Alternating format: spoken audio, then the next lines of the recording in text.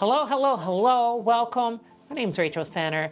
This is Tornado Titans. This is also the first Titan Q&A we've ever done. I'm hoping this is a series. I hope we can do this a lot more because I want to talk with you guys this way. We talk in the comments all the time. For this first one, I'm taking questions that people have submitted from various platforms. We're going to do that as well, but after the end of this video, please do add your own questions in the comments, and then we will do that the next video, okay? I will acknowledge I saw it, but I'm not going to answer it there. We're going to answer it in a video. Does this make sense? I hope it makes sense. So with that said, let's get started.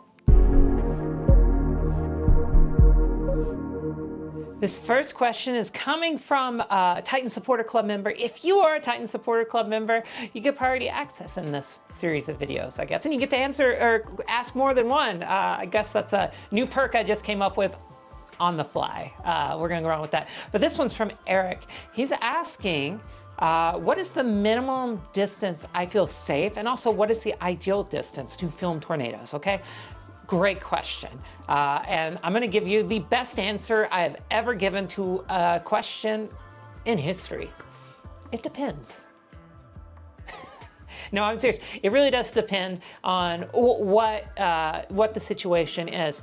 There are days like this one where I feel really safe getting kind of close, even though this is a violent tornado. This was fine. I felt great. There was very dry RFD, very predictable. I was actually behind the tornado, amazing. But there's other situations like this one where 2-3 miles away is like, that's where I kind of feel safe. I don't like taking giant risks. So if I don't feel like there's like a good escape option, easy, that sort of thing, I'll keep a little bit more distance. Ideally, I want to be about a half mile to maybe 2 miles away from tornadoes, okay? Depends on the situation. I like being at the point where I can set up a tripod and I can just like film the tornado, top of the funnel to the ground. I want to make sure all that's in the shot. Something like this in Colorado, or this one from this last year in Oklahoma. This one actually in Oklahoma, I was probably about 2 miles away from it at this point. Loved that view, feels very safe. Video turns out great. I think that's the best ideal place because it is rather safe if you have an escape option at that point. So hope that answered your question. Let's go to the next one. This next question is from John asking me what my favorite laptop app for storm chasing is. Well, John, this is the worst answer I'm ever gonna get. I just gave the best, this is the worst. I actually don't use a laptop when I'm storm chasing. I use an iPad, but I do know that Radar Scope is available on Macs, and it's a great app for that. I don't use a laptop, but I will give you my go-to things that I use that are available on the web as well. Sasquatch, really great. You can actually access it via the web. So that's one option for satellite info or data. Also, College DuPage, amazing site for that. Mesoanalysis, SBC Mesoanalysis is great. So I would use all those, like the web pages plus a radar app. I know, like, I don't know if it's still available on Windows, but GR Level 3 is something that used to be used. It seems like I still see people using it today, but I use Radar Scope or Radar Omega on my iPad while storm chasing, so that's what I use. Now the real JC is asking me, what's the craziest tornado I've ever experienced, documented? Now this is a great question. This one's one I will get asked a lot, and we'll probably answer a couple of different ways in this series as it goes along. But the number one tornado that I always think about is the Tushka, Oklahoma tornado back in 2011. That's the one that I really made me crystallize the stay right rule. You've heard me talk about that on this channel if you've been around a while, but that's one where we ended up north of the tornado's path, had to go right through the tornado's path, ended up going through the outer parts of the tornado, leaves and tree branches hitting us, windshield wipers flipping over. It was an experience and a crazy day for sure. So that one, absolutely number one. Now this one's from Jess, and they're asking me, basically, I'm terrified of storms. That's the first bit of it, right? So how do I stay calm? How do I deal with this? Well, let me tell you first off, this should be true for everybody who storm chases. I still have a healthy fear of storms. You don't get over that. You should at least be a little bit scared because that fear is the thing that helps you like go, oh wait, this is not safe. I shouldn't be doing this. So that's, I hope, number one, that's something that you are, that everyone has, is a little bit of healthy fear of tornadoes, storms, etc. But the ways I control it is honestly exposure therapy. Seeing several hundred tornadoes, there's a pattern, a process that I see that it goes through, and so I'm able to manage my emotions, go through checklists in my head of decision making, make sure we're in a safe spot, make sure we're in a good vantage spot for the tornado, all those things. And honestly, for me, I'm doing so many things and considering safety and all that it's hard to be scared in the moment. A lot of times you still feel that primal fear, so to speak, when a tornado is close, or when lightning's hitting close, but I'm so busy, it's hard to. Now, the real question you're wanting to know, right, is how do I not be scared of storms? That's what I think the real intention of this is. And I think it's learning as much as you can about storms.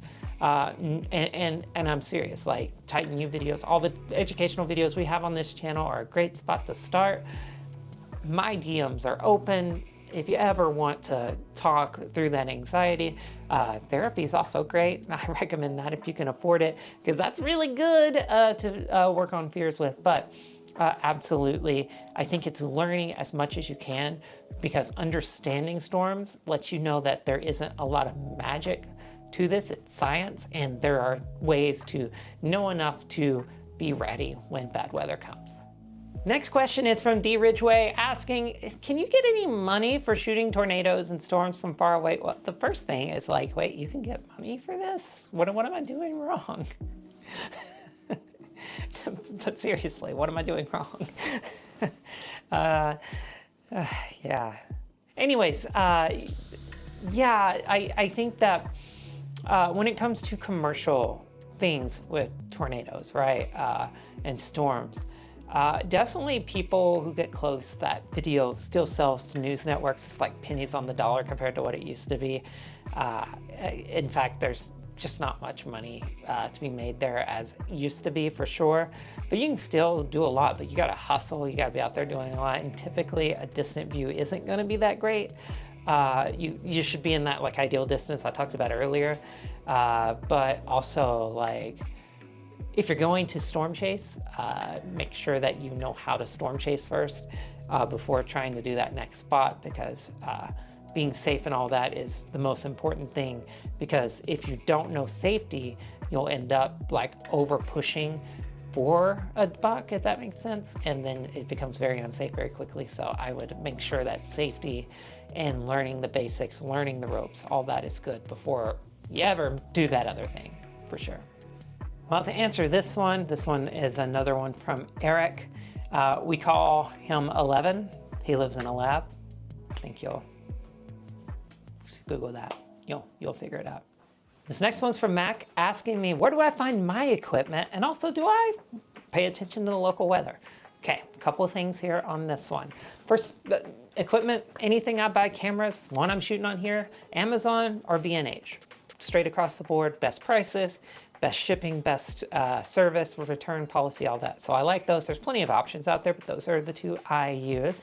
Now, when it comes to local weather, I absolutely love local meteorologists. I love TV weather. It's one of the things I started out loving about weather was severe weather coverage and such. So when I'm chasing, of course, I don't really pay attention. I used to work in live TV for weather, covering weather for local stations. Amazing. Shout out to KOCO, Damon Lane, great people there. But I pay attention, and I will watch weather, local weather broadcasts when it's on the TV. When I'm watching local news, I watch it, I learn, but typically I am a weather nerd. I'm waking up, I know when weather's coming, so I don't really need it for information, but I do like watching it. It just makes me feel happy. That's enough, right? Now, Brady is asking, how long have you been storm chasing? And I'm old. I'm very old, don't know. It's happening. I've been storm chasing 21 years. I am old. Ugh. Oof. Next question, please. This next question is from Andrew, asking me best motel and best microwave meal after a great day of storm chasing. Now, let me tell you something. Titans don't roll cheap. None of us do. Bare minimum, something like Holiday Inn Express. That's what we're after. That sort of that level of chain hotel, for sure. So we value comfort. I will drive an extra hour for it, 100%, and sleep in an hour. So that's one thing. But I definitely, when it comes to meals after chasing, it just is totally dependent on where I am at the time, right? Never really eating microwave meals while chasing, for sure. But I love myself a good hot box in a convenience store if that's the only option. We try to maybe get fast food. Rarely though, because we're usually ending the chase at 9 o'clock or so. And if I'm hungry, I've already eaten dinner, but maybe a snack or something. Because what I do when storm chasing is that I will eat lunch on our way out to the target. Depending on when storms form, if it's gonna be about 4, I technically eat dinner at like 3. I really do. I will eat dinner, we'll get gas, we'll do all that, and then we will hop into chasing. And that takes care of me. I'm not hungry during the chase. We've got gas during the chase, and all that works, so I don't have to worry about it. And then if I'm hungry afterwards, I either have a snack bag in the car or we'll stop somewhere and I'll get a little quick meal. But I try not to eat too much. Health is important to me. Calorie intake, we measure it. So make sure all that's taken care of. But if I had to pick something, I absolutely love me an all-subs burrito. Not gonna lie, love them, they're great, just saying. So hey, thanks for watching this. I hope you really enjoyed me going through some questions. Add your own in the comments. I promise you, we'll be doing this at least once a month, maybe a little bit more if we get a good response with questions, but please ask your questions in the comments. Be sure to remember too, to subscribe, be a Titan Supporter Club member. Please do that as well. The support is helpful. We are trying to make educational material on this channel.